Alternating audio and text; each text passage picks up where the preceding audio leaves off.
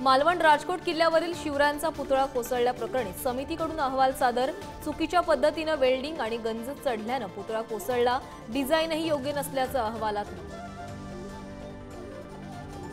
शिवरायांचा पुतळा कोसळल्या प्रकरणात ठाकरेंच्या शिवसेनेचे आमदार वैभव नाईकांना नोटीस।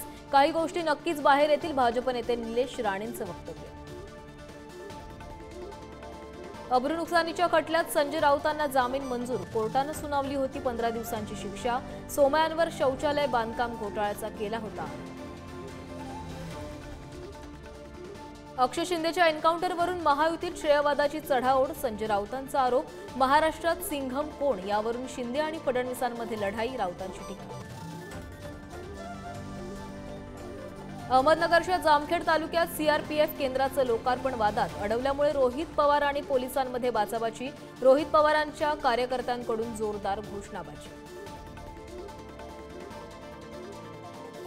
अवघ्या अर्ध्या तासाच्या पावसात मुंबई ठप्प। आदित्य ठाकरेंचा सत्ताधाऱ्यांवर निशाणा, तर पालिकेत ठाकरेंच्या लोकांनी भ्रष्टाचार केल्यानं कालची परिस्थिती उद्भवली। आशिष शेलारांचं प्रत्युत्तर।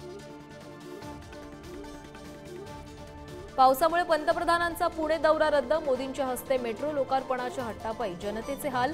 शरद पवारांच्या राष्ट्रवादीची टीका, तर सत्ता असताना मवियानं मेट्रोची वीटही उभी केली नाही, भाजपचं प्रत्युत्तर।